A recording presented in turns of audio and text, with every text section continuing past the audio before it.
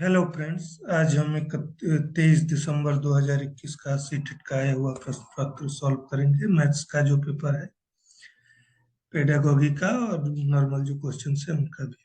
तो देखिए, पहला क्वेश्चन, क्वेश्चन नंबर 31 आया हुआ है। शिक्षिका बच्चों को टोकन देती है और उन्हें आयताकार रूप से व्यवस्थित करने के लिए कहती है। मुराद यह निरीक्षण करता है कि यदि टोकन की संख्या 4, 9 और 16 है तो वह वर्ग बना पाता है, लेकिन यदि टोकन की संख्या 2, 3, 5, 6, 7, 8, 10, 11, 12, 13, 14, 15 है तो वह वर्ग नहीं बना पाता है। अब प्रश्न पूछ रहा है कि यह गतिविधि उसे समझने में मदद नहीं करती है। क्या मदद नहीं करती है? तो सीधा सा प्रश्न है। इसमें हमें किस चीज के बारे में कह रहा है? क्वेश्चन कह रहा है कि वह वर्ग बना पाता है। तो वर्ग से रिलेटेड जो भी चीजें होंगी वो तो आएगा ही, लेकिन हमें बताना है क्या नहीं आएगा। तो दूसरा ऑप्शन और चौथे ऑप्शन में वर्ग का बात हो रहा है, तो ये ऑप्शन तो आउट हो जाएगा। अब हमारे पास केवल बच रहा है ऑप्शन 1 और 3। अब हमें बोल रहा है 16 तक की संख्याओं के गुणनखंड। तो 16 तक की संख्या के गुणनखंड क्या होंगे? 16 के गुणनखंड क्या क्या होते हैं? 16 के गुणनखंड होते हैं 1, 2, 4, 8, 16। ये सारी संख्याएं हमारी, जो हमारा प्रश्न है, देखिए ये सारी संख्याएं इसमें हैं। अर्थात अगर हम चाहें तो इससे 16 तक का गुणनखंड भी निकाल सकते हैं। तो ये ऑप्शन भी, ये गतिविधि भी हो सकता है। तो केवल नहीं होने वाला ऑप्शन में क्या होगा? ऑप्शन 1 होगा, अर्थात प्रत्येक टोकन का आयतन नहीं निकाला जा सकता है। अब हम आगे बढ़ते हैं क्वेश्चन नंबर 32 पे। 32 क्वेश्चन नंबर है, select the product of the given numbers 0.54 into 0.01 into 0.4।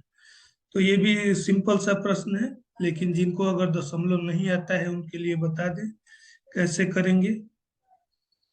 तो सीधे देखिए क्या करना है।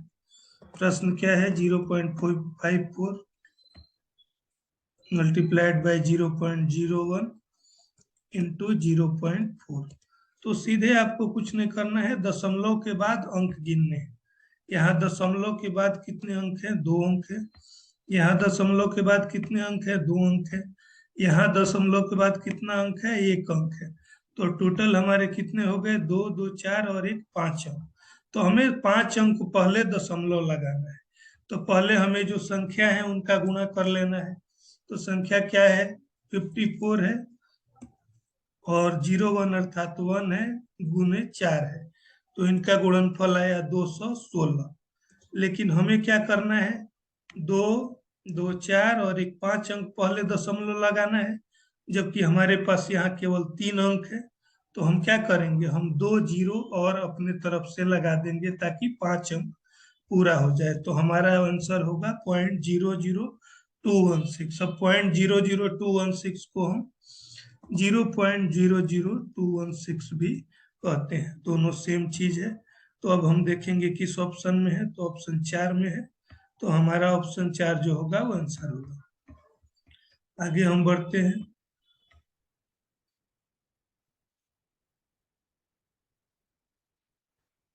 आगे 33 नंबर क्वेश्चन क्या है? ये भी सिंपल प्रश्न है, डिवाइड का प्रश्न है। क्वेश्चन कह रहा है कि 2 पूरा 3/4 किलो और 3 पूरा 1/4 किलो चीनी के पैकेट से 1/8 किलोग्राम चीनी के कितने पैकेट बनाए जा सकते हैं? तो सीधे हमें क्या करना है? पहले इन दोनों को जोड़ लेना है कि टोटल कितना किलोग्राम हो रहा है, तब हम देखेंगे कि कितने पैकेट बनाने हैं। तो 2 पूरा 3/4 और 3 पूरा 1/4, इसको हम सॉल्व करते हैं। क्या क्वेश्चन कह रहा है? सीधे तो इधर से हम देख लेंगे कितना आएगा। 4 2, अगर हम इसको सिंप्लीफाई करेंगे, 4 दूना 8 और 3 11/4, और 4 3 12 और 1 13/4। तो यहाँ आ गया 11/4, और यहाँ आ गया 4 3 12 1 13/4। तो 11/4 और 13/4 कितना होगा? 11/4 जोड़ 13/4, तो सीधा है कितना हो जाएगा? ये हमारा हो जाएगा 24/4 अर्थात 6 किलो। तो 6 किलो है, और हमें पैकेट कितना बनाना है? पैकेट हमें बनाना है कितने केजी का? पैकेट बनाना है 1/8 केजी का।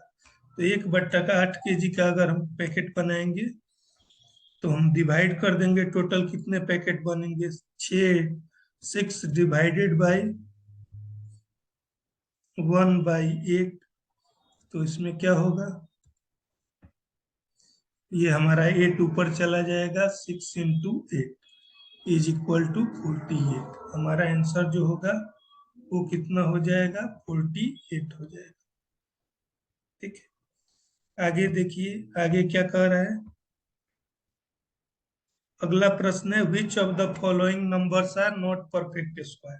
तो इसके लिए तो अच्छा होगा आप 1 से लेके 25, 30 या 50 तक का स्क्वायर याद कर लें। अगर नहीं याद कर रहे हैं तो फैक्टर निकालना पड़ेगा। जैसे आपको 625 का फैक्टर निकालना है, मान लीजिए 625 का फैक्टर निकालना है, देखना है वो किस किस से डिवाइड हो रहा है। तो पहले हम क्या करेंगे, 5 इसका फैक्टर निकालेंगे, 5 गुने 5 गुने 5 गुने 5 आ रहा है। अगर देख लेंगे, अगर दो दो का जोड़ा बन रहा है, दो दो का पेयर बन रहा है, तो वो परफेक्ट स्क्वायर है, और अगर दो का नहीं बन रहा है तो वो नहीं है। तो 625 में दो का पेयर बन रहा है, 5 दो आ रहा है, फिर दो आ रहा है, दो दो का पेयर बन रहा है, तो ये परफेक्ट स्क्वायर है। तो इसी तरह से हम बाकी सब में चेक करेंगे। हम देखेंगे 169 जो है वो भी क्या है, 169 बराबर भी होगा 13 × 13। यहाँ भी 13 का जोड़ा बन रहा है, अर्थात दो आ रहा है, दो बार आ रहा है, तो दो बार आएगा तो वो परफेक्ट स्क्वायर होगा अगर सेम संख्या। इसी तरह से 225 में भी क्या होगा, 225 का हम अगर ये करेंगे तो यहाँ भी क्या बन रहा है, 3 का जोड़ा बन रहा है, 5 का बन रहा है, तो ये भी परफेक्ट स्क्वायर होगा। नहीं वाले में क्या होगा, 222 का अगर निकालेंगे तो वो क्या आएगा, 2 आएगा, फिर उसके बाद 3 आएगा, फिर 37 आएगा। यहाँ जोड़ा किसी का भी नहीं बन रहा है, तो ये परफेक्ट स्क्वायर नहीं होगा। तो हमारा ऑप्शन 4 होगा। आगे आगे प्रश्न क्या है, the sum of two digits of a two digit number is 12। अच्छा देखिए क्या कह रहा है, अंकीय संख्या के दोनों अंकों का योग 12 है। यदि इस संख्या में से इस जोड़ का 3 गुना घटा दिया जाए तो अंक पलट जाते हैं। तो संख्या बताना है। तो देखिए इस तरह के प्रश्न में इस तरह को सिंपल इक्वेशन से भी सॉल्व किया जा सकता है, लेकिन आपके पास इतना टाइम नहीं हो या शायद आपको मालूम ना हो अगर सिंपल इक्वेशन, तो हम क्या करेंगे, ऑप्शन में से चेक कर लेंगे। ऑप्शन में क्या कह रहा है, संख्या के दोनों अंकों का योग 12 है। तो 5 और 7 का योग कितना, 5 और 7 12। तो पहला क्राइटेरिया तो फुलफिल हो रहा है। उसके बाद क्या कह रहा है, यदि इस संख्या में से इस जोड़ का 3 गुना घटा दिया जाए तो अंक पलट जाते हैं। अब प्रश्न क्या कह रहा है, जरा ध्यान से देखिए। अब संख्या है हमारा कितना, 57। संख्या है 57,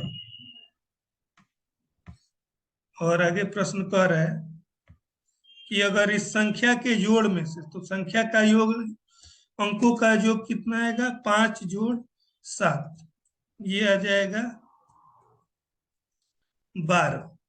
अब वो प्रश्न कह रहा है कि संख्या में से, अर्थात 57 में से संख्या के अंकों का 3 गुना, तो अंकों के योग का, तो संख्या के अंकों का योग 12 है, गुने 3, ये कितना आ जाएगा, 57 - 36, ये हमारा आ जाएगा 21। तो ये हमारा कितना आ गया, 21। अब वो कह रहा है कि ऐसा करने से अंकों का अंक पलट जाते हैं, लेकिन 57 में से ये माइनस करने पे तो 21 आ रहा है, अंक नहीं पलट रहे हैं। ठीक है, ऐसे ही हम सारे ऑप्शन पे चेक करेंगे। अब जब हम थर्ड ऑप्शन पे चेक करेंगे, देखिए 84, 84 के अंकों का योग कितना है, 8 + 4 = 12। यहाँ फिर हम क्या करेंगे, अगर इसमें से 84 में से अंकों के योग का 3 गुना, 12 गुने 3 घटाएंगे तो 12 × 36, अगर माइनस करेंगे तो क्या आएगा हमारा, 84 - 36, ये आएगा 48। अभी देखिए क्या हुआ, हमारा अंक कितना था 84 और क्या आया 48।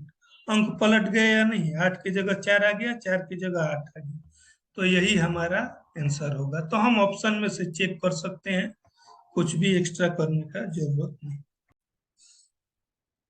तो हम अगले प्रश्न की ओर बढ़ते हैं। तो इसमें क्या है, दिया गया है कि संख्या 24,879 को 27 से और 3,67,842 को 23 से भाग करने पर आने वाले शेषफलों के योग को 4 से विभाजित किया जाता है। अब कह रहा है 4 से विभाजित करने पे शेषफल क्या होगा। तो सीधा सा प्रश्न है, इसमें आपको 24,879 को 27 से भाग देना है और देखना है शेषफल क्या होगा। तो जब आप इसको भाग देंगे तो देखेंगे शेषफल आएगा 12। फिर दूसरी संख्या को 23 से भाग देना है, तो इसको जब आप भाग देंगे तो शेषफल आएगा 3। अब ये कह रहा है कि जो दोनों शेषफल आए 12 और 3, इन दोनों को जोड़ देना है अर्थात 15, और 15 को फिर 4 से भाग देना है और देखना है क्या शेषफल आएगा। तो 15 को 4 से भाग देंगे, 3 शेषफल आएगा, तो हमारा आंसर हो जाएगा ऑप्शन नंबर 4। आगे बढ़ते हैं। आगे देखिए क्या कह रहा है। अब कह रहा है दो संख्याओं को गुणा करने पर दाईं तरफ 4 शून्य मिलते हैं। क्या कह रहा है, दो संख्याओं को गुणा करने पे दाईं तरफ 4 शून्य मिलते हैं। यदि दोनों में से किसी एक संख्या के दाईं ओर 2 शून्य मिलते हैं तो दूसरी संख्या के दाईं ओर के शून्यों की संख्या क्या होगी। देखिए इस प्रश्न को मैं बताता हूँ क्या कह रहा है। कह रहा है कि किसी दो संख्या को गुणा किया गया, हमें नहीं मालूम कि वो संख्या क्या है, ठीक है। दूसरे दो संख्या गुणा किया गया, उसका आंसर आया, जो उसका कुछ रिजल्ट आया जिसके अंत में 4 जीरो आया है। वैल्यू यहाँ कुछ वो पता नहीं, लेकिन लास्ट में 4 जीरो। अब प्रश्न कह रहा है कि यदि दोनों में से किसी एक संख्या के दाईं ओर 2 शून्य मिलते हैं, इसमें एक कोई संख्या है, कोई किसी भी एक संख्या के दाईं ओर 2 शून्य है, मतलब जो रिजल्ट आ रहा है इसमें 2 जीरो है। तो प्रश्न पूछ रहा है कि जो दूसरी संख्या होगी इसके दाईं ओर कितनी जीरो होगी। तो सीधी सी बात है, यहाँ 4 जीरो है, यहाँ 2 जीरो है, तो यहाँ पे ज्यादा से ज्यादा क्या हो सकता है, 2 जीरो हो सकता है, ज्यादा से ज्यादा, कम से कम नहीं। कम ऐसा भी हो सकता है यहाँ अगर संख्या के लास्ट में 5 हो और इससे गुना करने पर अगर यहाँ 4 हो तो और एक जीरो आ जाएगा। तो इसलिए इस तरह का प्रश्न अगर आएगा तो सीधा इधर 4 जीरो है, 2 घटा के उत्तर होगा ज्यादा से ज्यादा 2 संख्या। तो उत्तर क्या होगा, ज्यादा से ज्यादा 2 संख्या, अधिकतम 2। तो हमारा उत्तर होगा ऑप्शन 2। अब 38 नंबर, इसमें क्या कह रहा है।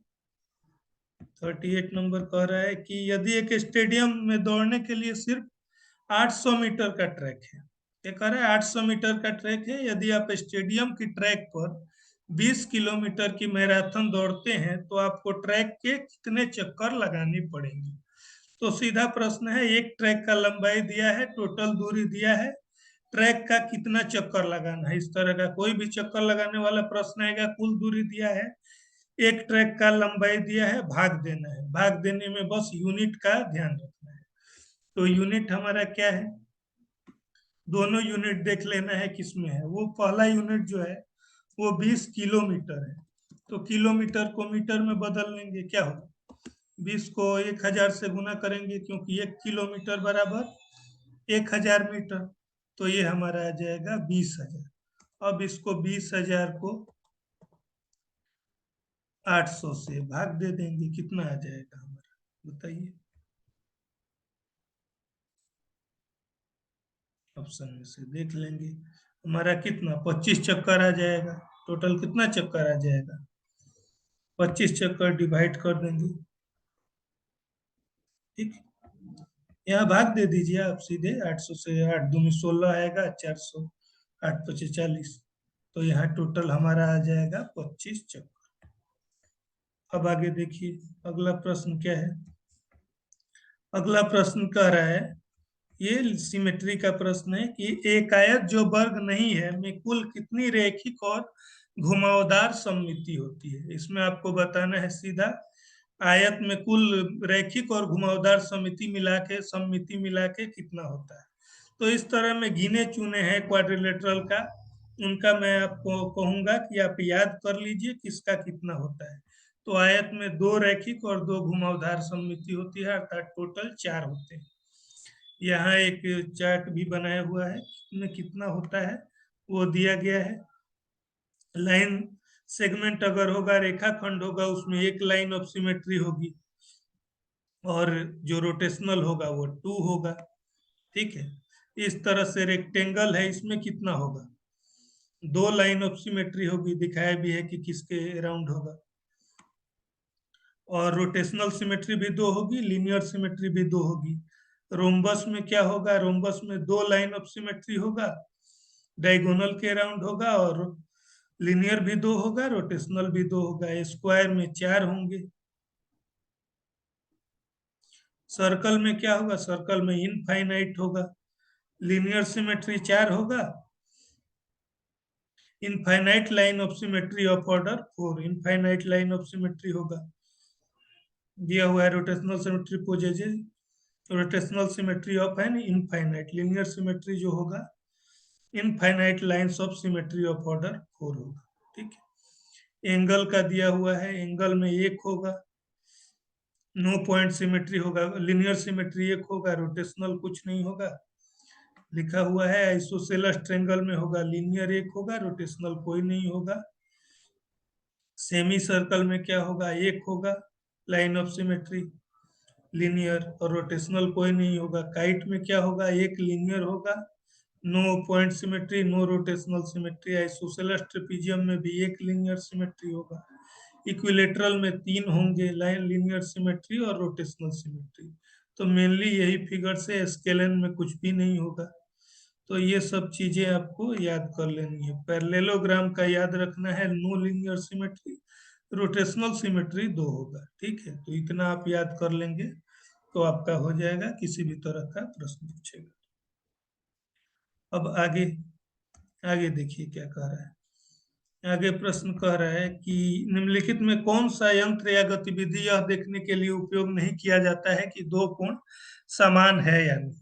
तो इसमें कह रहा है, पहला ऑप्शन है एक आयताकार पट्टी जो एक किनारे से स्थायी आयत से जुड़ी है और जिसको हिलाया जा सकता है। तो निश्चित है कि आयताकार पट्टी होगा, अगर उसको हिलाया जा सकता है तो उससे हम कोण माप सकते हैं। दूसरा चांद, चांद से तो हम मालूम ही है कि हम कोण बनाते भी हैं, मापते भी हैं। रेखनी, लीनियर जो सिंपल लाइन होगा उससे हम नहीं बना सकते हैं, कोण नहीं माप सकते या बना सकते हैं। तो ये हमारा ऑप्शन 3 हो जाएगा। चौथा ऑप्शन त्रिज्यखंड है, त्रिज्यखंड से तो बना ही सकते हैं। 41 नंबर प्रश्न क्या कह रहा है, कोरोना ने 4 भूमिखंडों भूमि ए, बी, सी और डी का परीक्षण किया जिनका क्षेत्रफल दिया गया है। क्षेत्रफल मतलब लंबाई गुने चौड़ाई के रूप में दिया गया है। अब हमें बताना है कि उससे अधिकतम पेड़ लगाने के लिए कौन सी जमीन लेनी चाहिए। तो सीधा बात है, इसमें लंबाई चौड़ाई दिया गया है, आयत का क्षेत्रफल क्या होता है, लंबाई गुने चौड़ाई। हम निकाल लेंगे, 20 गुने 30 कितना आएगा, 600 आएगा। इसी तरह से हम क्या निकाल लेंगे, 27 गुने 23 निकालेंगे, कितना आएगा, 540 और 81, 621 आएगा। इसी तरह से इसका कितना आएगा, 24 गुने 26, 24 गुने 24 576 और 48, 624 आ जाएगा। और ये 25 गुने 25 625 आएगा। ठीक है, तो सबसे ज्यादा पूछ रहा है तो सबसे ज्यादा इसका आ रहा है। तो हमारा जो ऑप्शन हो, ये कौन सा है, भूमि डी है, वो हम आंसर मारते हैं। सीधा है, इसमें गुणा कर लेना है, जो ऑप्शन आए आपको उत्तर दे देना है। आगे आगे क्या कह रहा है, भारत के मानचित्र पर दिल्ली से शिमला की दूरी 2.5 सेंटीमीटर, दिल्ली से देहरादून की दूरी 1.5 सेंटीमीटर, शिमला से मुंबई के बीच की दूरी 4.5 सेंटीमीटर, शिमला से देहरादून की दूरी 2 सेंटीमीटर है। मानचित्र का 1 सेंटीमीटर का मतलब है एक्चुअल में 250 किलोमीटर। तो किसी को देहरादून से शिमला होते हुए मुंबई जाना है तो उसे कितना दूरी तय करना होगा। तो देखिए, उसको कहाँ जाना है, देहरादून से शिमला होते हुए मुंबई जाना है। ठीक है, तो हमें देखिए क्या दिया है, दिल्ली से शिमला दिया है, दिल्ली से देहरादून दिया है, लेकिन उनको कहाँ जाना है, शिमला से मुंबई का दिया हुआ है, शिमला से देहरादून दिया है। तो देखिए, देहरादून से शिमला होते हुए मुंबई जाना है, तो शिमला से देहरादून का दूरी कितना है, 2 सेंटीमीटर है। और फिर कहाँ जाना है, शिमला से मुंबई जाना है, तो शिमला से मुंबई का दूरी कितना है? 4.5 सेंटीमीटर है। तो टोटल कितना हो गया? 2 सेंटीमीटर और 4.5 सेंटीमीटर, तो टोटल दूरी हो जाएगा 2 और 4 6.5 सेंटीमीटर। अब प्रश्न कह रहा है कि 1 सेंटीमीटर का मानचित्र पे मतलब है 250 किलोमीटर। तो टोटल हमारा कितना हो गया? 6.5 सेंटीमीटर आ गया। 1 सेंटीमीटर का मतलब है 250 किलोमीटर। तो कुल दूरी निकालने के लिए गुना कर देंगे। 250 गुने 6 कितना? 1500 आ जाएगा और 1625 आ जाएगा। ठीक है, ये हमारा ऑप्शन 4 हो जाएगा। अब कह रहे हैं एक विद्यार्थी का स्कूल उसके घर से 5 किलोमीटर की दूरी पर है। यदि वह 100 मीटर प्रति मिनट की गति से सुबह 7:45 पर चलना शुरू करता है तो वह कितने बजे स्कूल पहुंचेगा? ठीक है, तो सबसे पहला हमारा काम क्या है कि उसको कुल कितना समय लग रहा है वो निकालेंगे। तो समय निकालने के लिए हम क्या करेंगे? हमारे पास समय का फॉर्मूला क्या होता है? टाइम का फॉर्मूला क्या होता है? Time is distance upon speed. Distance divided by speed मतलब दूरी बटा 4। तो हमारा दूरी कितना है? देखिए दूरी कितना है? 5 किलोमीटर है और स्पीड मीटर प्रति मिनट में दिया। दूरी 5 किलोमीटर मतलब 5000 मीटर। और क्या दिया हुआ है? 100 मीटर प्रति मिनट। 1 मिनट में 100 मीटर, तो 100 से भाग दे देंगे। 100 मीटर प्रति मिनट है, पर मिनट। तो भाग देने से क्या आया? 5000 में 100 से भाग देने पे 50, मतलब उसको 50 मिनट लगता है। तो अगर 50 मिनट लगता है तो कुल कितना? 7:45 से अगर चलना स्टार्ट किया तो 7:45 से 50 मिनट कितना होगा? जोड़ लेंगे। 7:45 7:45 प्लस में 50 मिनट्स, तो कितना हो जाएगा बताइए? 15 मिनट इधर और 35 मिनट उधर। 8:35। 8:35।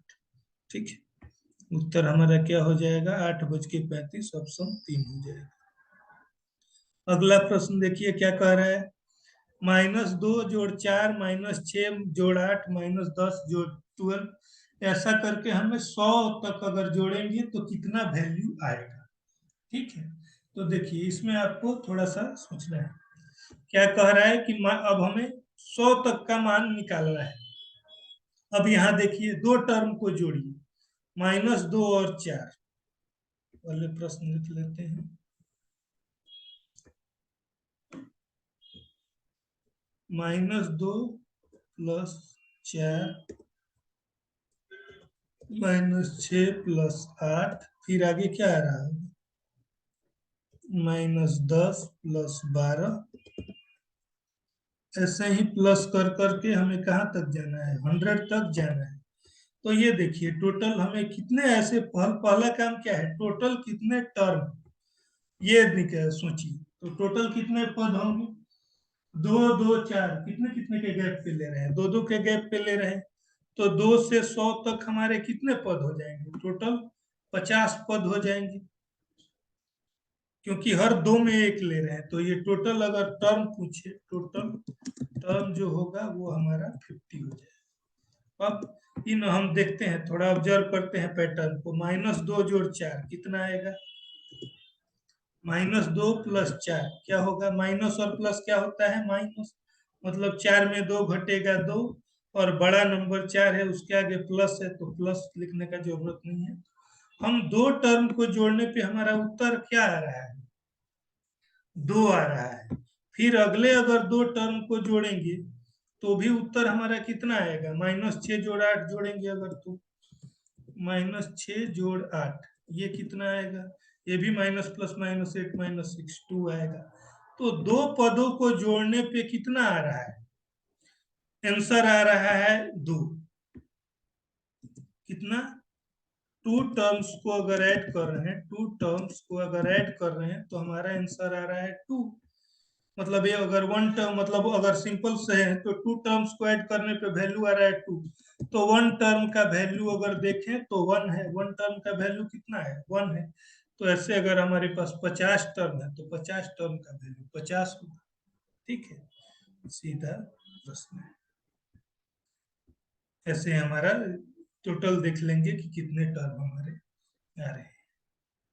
-2 जोड़ 4 आ रहा है, -6 जोड़ 8 आ रहा है, ऐसे दो टर्म का वैल्यू 2 आ रहा है, टोटल 50 पद है, तो हमारा आंसर 50 होगा। आगे देखिए, आगे क्या कह रहा है, आगे कह रहा है मीता केवल 2 रुपये के सिक्के इकट्ठा करना चाहती है। उसकी मां ने उसे अपना पुराना गुल्लक दिया और उस राशि को बदलकर 2 रुपये के सिक्के लाने को कहा। गुल्लक खोलने पर उसे मिला 100 के 2 नोट, 20 के 3 नोट, 10 के 10 नोट, 5 के 50 सिक्के, 1 रुपये के 77 सिक्के और 50 पैसे के 98 सिक्के। इस राशि के बदले उसे कितने 2 रुपये के सिक्के मिल सकते हैं। तो सीधा प्रश्न है, हमें वैल्यू निकालना है कि 100 रुपये के अगर 2 नोट होंगे तो उसका वैल्यू कितना होगा।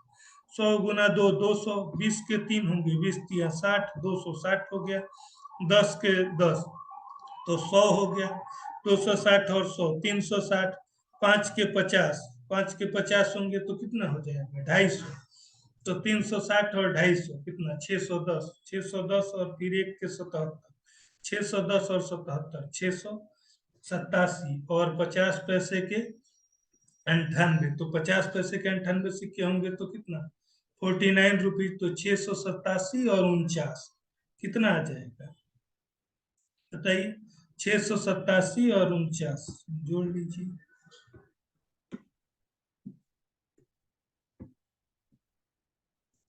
687 प्लस 49 कितना होगा 13 और उधर 36, 736। कुल उसके पास रुपये कितने हैं 736 रुपये हैं 726, लेकिन वो उसको किससे बदलना चाहती है 2 रुपये के सिक्के से। तो कुल रुपये 736 है, तो 2 रुपये के सिक्के में अगर बदलेंगे तो कुल रुपये कितने होंगे 736 को 2 से भाग दे देंगे, डिवाइडेड बाई 2 कितना आ जाएगा बताइए। 368 आ जाएगा। कितना आएगा 368, ये हमारा आंसर होगा।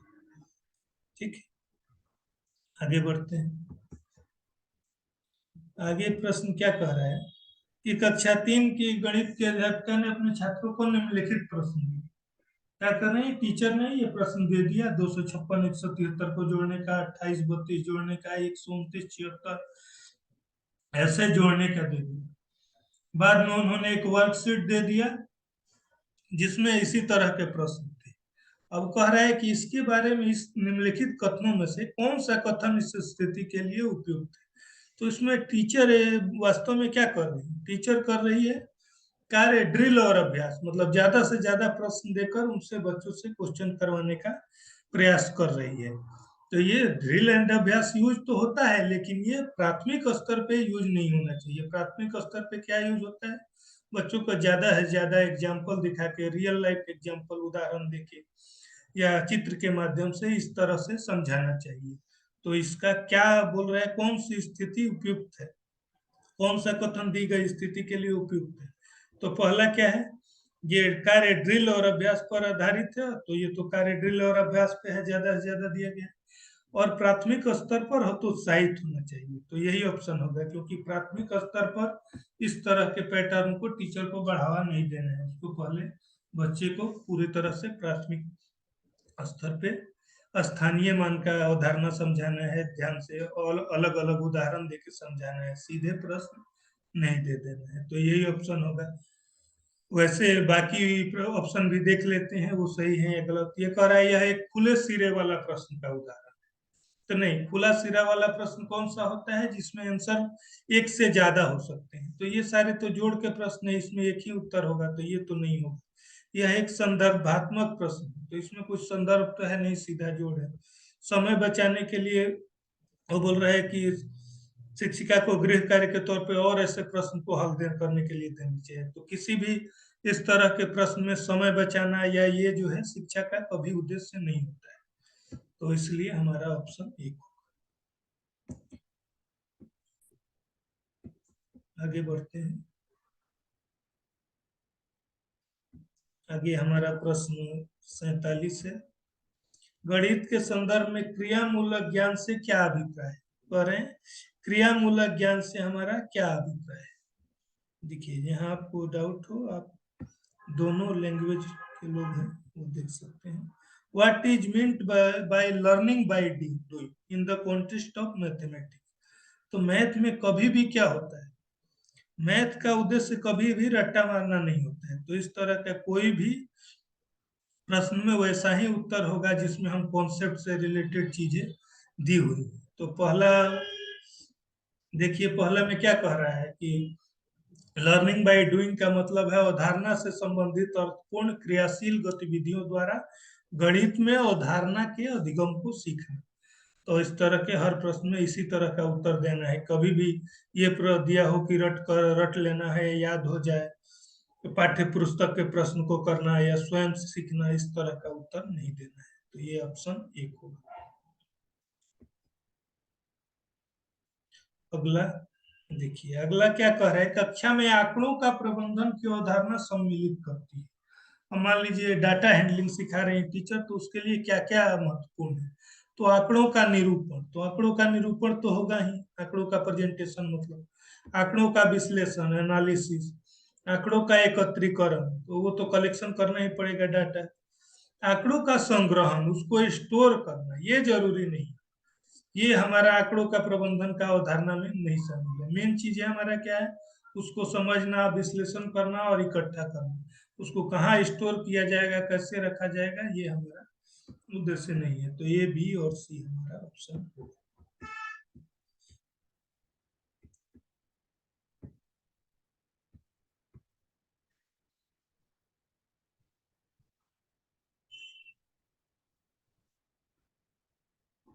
देखिए, अगला क्या कह रहा है कि राष्ट्रीय पाठ्य चर्चा रूपरेखा के अनुसार प्रौद्योगिकी गणितीय अन्वेषण में सहायता कर सकती है और छात्रों को संलग्न करने में सहायक हो सकती है। अतः प्रश्न कह रहा है कि टेक्नोलॉजी जो है गणित में हेल्प कर सकता है, तो इसके लिए हमें क्या करना चाहिए, किस तरह से हम गणित में टेक्नोलॉजी का हेल्प जो है गणित में लेना चाहिए और इसका कैसे इस्तेमाल करना चाहिए। तो पहला प्रश्न है, कैलकुलेटर के उपयोग की अनुमति सभी परीक्षाओं में देनी।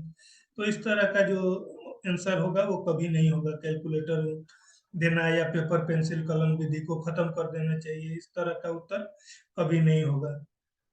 तो इसमें हमारा मेन मेन उद्देश्य क्या है, टेक्नोलॉजी का इस्तेमाल करने का। टेक्नोलॉजी का उपयोग है कि गणित में अमूर्त अवधारणाओं के शिक्षण अधिगम को सुसाध्य बनाने के लिए किया जा सकता है। जैसे मान लीजिए 3 डायमेंशनल फिगर्स हैं या अदर फिगर्स हैं, जो ज्योमेट्रिकल फिगर्स हैं, उनको हम टेक्नोलॉजी की मदद से ज्यादा अच्छे ढंग से दिखा सकते हैं क्लास में। तो इस तरह के अमूर्त अवधारणाओं के शिक्षण अधिगम को सुसाध्य बनाने के लिए किया जा सकता है। जो नॉर्मल टाइप का आंसर होगा, ब्लैक बोर्ड हटा के स्मार्ट बोर्ड लगा देना चाहिए, या इस तरह का आंसर नहीं होगा। कभी शिक्षा का ब्रॉड उद्देश्य इस तरह से नहीं होता। अब 50 तो सिंपल प्रश्न है, उदाहरण कोई फुल फॉर्म पूछ रहा है कि यूनिफॉर्म समर्थित पहल बाला क्या है? तो बिल्डिंग एज लर्निंग एड है, इसमें बताने कुछ नहीं है, कोई याद करना। अगला क्या कह रहा है कि पैटर्न को पहचानना और उसको पूर्ण करना प्राथमिक स्तर पर गणित पाठ्यक्रम का अनिवार्य भाग है। क्या कह रहा है, पैटर्न को पहचानना, पैटर्न को पहचानना और उसको पूर्ण करना, जो बेसिक स्तर पर दिया जाता है कि कुछ उदाहरण दे दिया जाएगा, आगे आपको फिल करना है, बच्चे को भरना है, उस तरह का वो महत्वपूर्ण भाग है। किस लिए, उसका क्या इस्तेमाल? तो उसका इस्तेमाल क्या है, अब देखिए, उसका इस्तेमाल है, इधर से develop creativity and artistic attribute. तो क्रिएटिविटी तो ठीक है, लेकिन आर्टिस्टिक एट्रीब्यूट का प्राथमिक स्तर पे जरूरत नहीं है। हम उसे चित्रकला नहीं सिखा रहे हैं, खासकर हम मैथ का जब बात कर रहे हैं तो हमारा उद्देश्य कॉन्सेप्ट समझना है। दूसरा, प्रिपेयर से students to engage with higher mathematics. अभी प्राथमिक लेवल पे ये हायर मैथमेटिक्स का उद्देश्य नहीं होता है। Help student in solving mathematical puzzle, puzzle solve करना, शिक्षा का मूल्य उद्देश्य पजल सॉल्व करना नहीं है, ज्ञान विकसित करना है। तो चौथा ऑप्शन ही बच रहा है, promotes creativity among the students. और help them to understand the property of number and operation. मतलब छात्रों में रचनात्मकता को प्रोत्साहित करना है और उनको संख्या और संक्रियाओं के गुणन को समझने में हेल्प करता है। पैटर्न से उनको पता चलता है कि कैसे चीजें हो रही हैं। आगे देखिए, आगे क्या कह रहे हैं। कक्षा 3 में आकलन के लिए गणित के अध्यापक ने छात्रों की निम्नलिखित पैमाने पर, जैसे संकल्पनात्मक समझ, गणितीय विवेचन, गणित के प्रति उनकी अभिवृत्ति, नए प्रश्नों को हल करना, प्रश्न को हल करना, इन सब को करने के लिए इनकी प्रगति को रिकॉर्ड किया। टीचर ने क्या किया, बच्चे कैसे समझ रहे हैं, क्या कर रहे हैं, उनके प्रोग्रेस को रिकॉर्ड किया। इस प्रकार के आकलन से जो टीचर ने जानकारी प्राप्त की, उसमें सबसे कम उपयोगी क्या है। प्रश्न क्या कर रहा है, सबसे कम उपयोगी क्या है।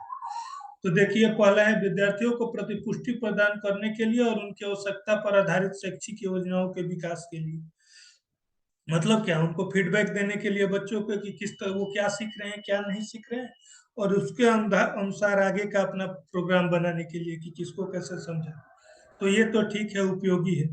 दूसरा है विद्यार्थियों को उनके प्राप्त अंकों के वरीयता क्रम में व्यवस्थित करने के लिए। तो इस तरह का ऑप्शन जो भी होगा, देख लीजिए इधर भी, वो कभी भी नहीं होगा। Rank the student according to their scores. कभी भी शिक्षा का बड़ा उद्देश्य किसी भी स्टूडेंट को कंपैरिजन करना या उनका रैंकिंग करना नहीं होता है। तो ये ऑप्शन बिल्कुल नहीं होगा। ऐसा ऑप्शन जैसे दिखे उसको, वो निगेटिव है, उसको मार देना है। ये ऑप्शन नहीं होगा। तो यही हमारा उत्तर है। आगे देखिए, आगे क्या कह रहा है। एक बच्चा कहता है कि 1/2 1/3 से छोटा होता है क्योंकि 2 3 से छोटा होता है। ठीक है।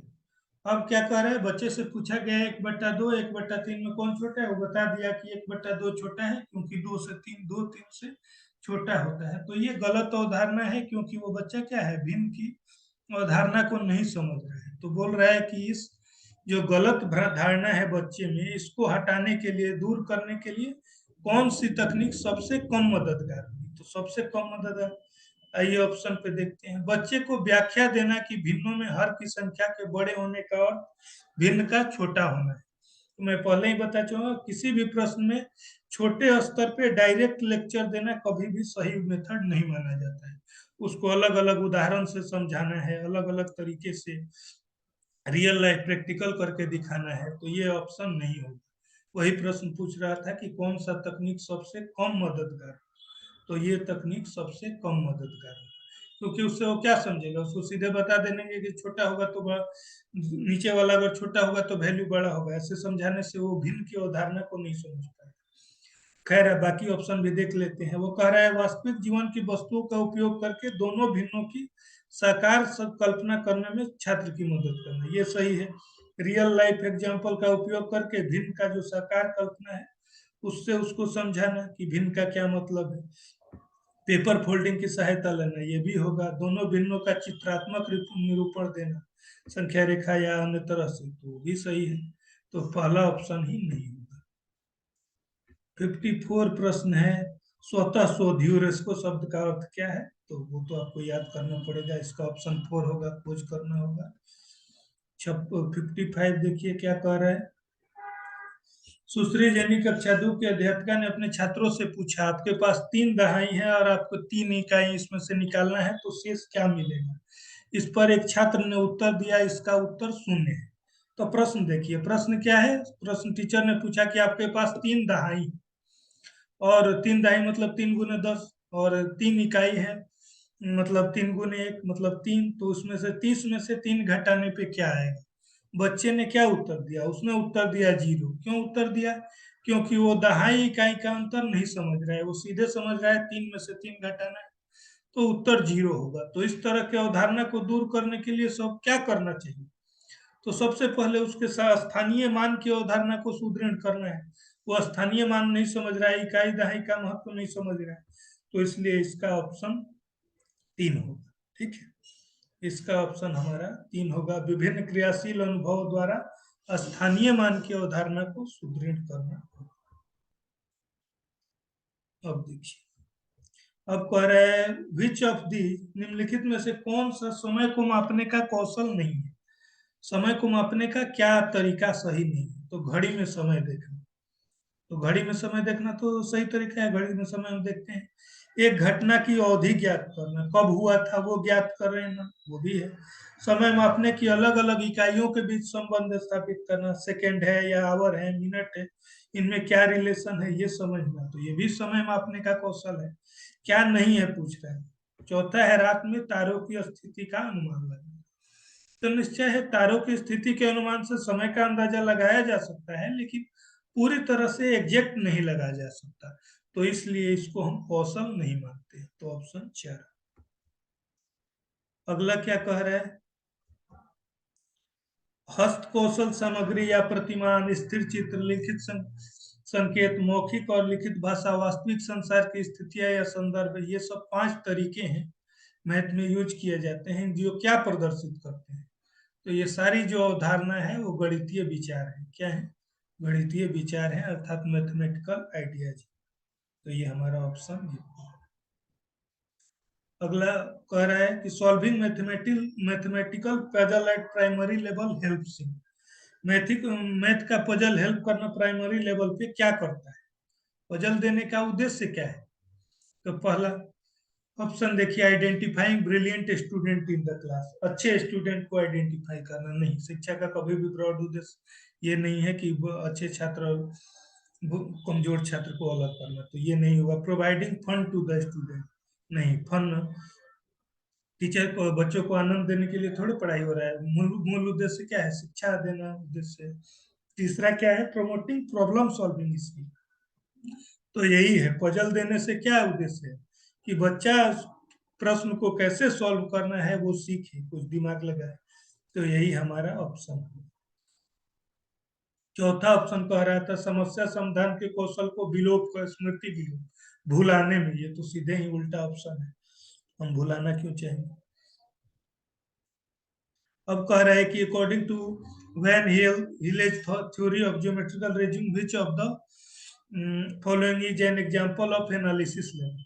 ठीक है, तो वैन है हॉले के ज्यामितीय विवेचन के सिद्धांत के अनुसार कौन सा स्तर विश्लेषण स्तर का उदाहरण है? तो विश्लेषण क्या है देखिए, सीमा जानती है कि समद्विबाहु त्रिभुज की 2 बराबर भुजाएं और 2 बराबर कोण, ये विश्लेषण है कि हम प्रॉपर्टी के बारे में बता रहे हैं कि समद्विबाहु त्रिभुज की 2 बराबर भुजा और कोण होते हैं, तो ये तो सही होगा। तो ऑप्शन तो हमें पता चल गया, लेकिन आगे देखते हैं। अब कह रहा है सीमा एक त्रिभुज के रूप में आकृति की पहचान करती है जो 3 सीधी रेखाओं से बंद होती है। तो ये तो सीधी एक पहचान स्तर पे है, इसमें विश्लेषण कुछ नहीं है कि 3 रेखा है तो त्रिभुज बनेगा, इसमें विश्लेषण नहीं। सीमा जानती है कि समद्विबाहु त्रिभुज सममित होता है, इसलिए इसके आधार कोण बराबर होने चाहिए। ये भी नहीं, सममित और आधार कोण का कुछ ये नहीं है। सीमा मानती है कि सभी समद्विबाहु त्रिभुज त्रिभुज है, लेकिन सभी त्रिभुज समद्विबाहु त्रिभुज नहीं है। तो ये तो थ्योरेटिकल चीज हो गया। हमारा जो एनालिसिस लेवल है वो क्या है? एनालिसिस लेवल केवल फर्स्ट है कि समद्विबाहु त्रिभुज की 2 बराबर भुजाएं और 2 बराबर कोण होते हैं।